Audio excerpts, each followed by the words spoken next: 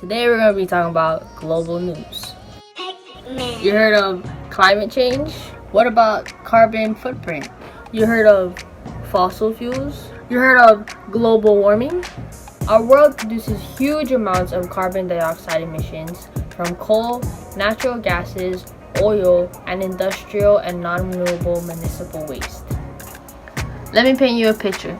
So let's take an elephant. An elephant weighs about 6.8 metric tons. 1 billion metric tons is equivalent to 1 gigaton. Now China is the #1 country that produces the most carbon dioxide with about 10.06 gigatons in carbon dioxide emissions. The US comes in second with 5.4 gigatons, then India with 2.65, and so on and so forth. But there's nothing to panic about. There's great news. Countries such as the United Kingdom, China, Japan, South Korea, and most of Europe plan on producing and building green technologies. Innovations such as wind turbines, electric vehicles, solar panels, and batteries. Green technologies have a bad connotation to it because most people think that it's very costly, but it's not. Having more and more companies build sustainable technologies causes the cost to be lowered. According to the International Energy Agency, an organization that studies energy markets, stated green technology is becoming much cheaper and more effective. The world's best solar power schemes are now the cheapest source of electricity in history. So some examples of green technology rising is Boris Johnson, the UK Prime Minister, announced a €160 million investment into offshore wind turbines to produce more than half of UK's electricity demand by 2030. Another is BP, or the British Petroleum Company, wants to invest money to cut oil and gas productions by 40% in the next 10 years.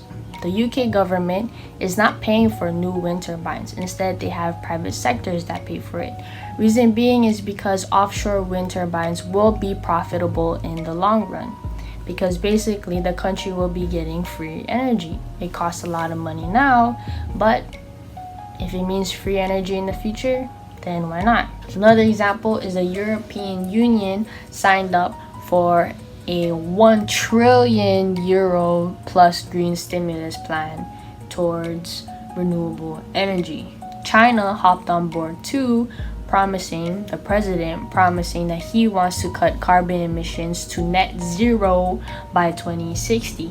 Japan and South Korea hopped onto the bandwagon too and announced a similar unconditional commitment, wanting to have zero carbon emissions by 2050. During a United Nations General Assembly meeting in New York, are planning to introduce carbon taxes. They want to tax countries that sell high carbon products.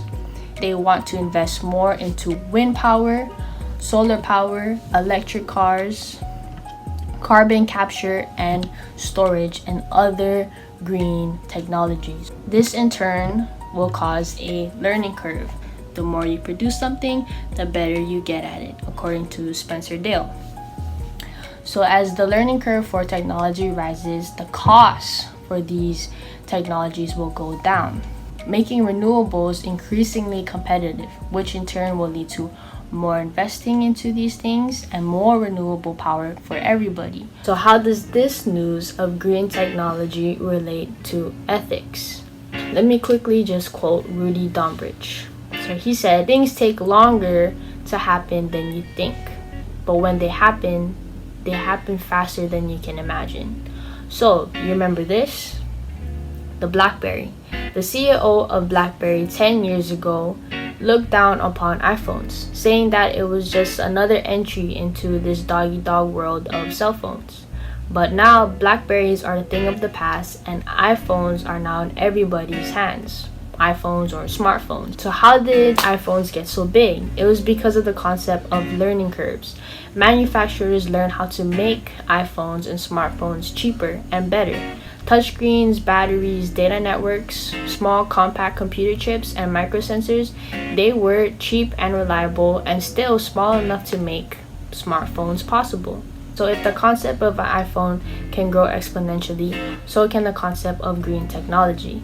This relates to ethics because ethics is moral principles that govern a person's behavior or the conducting of an activity.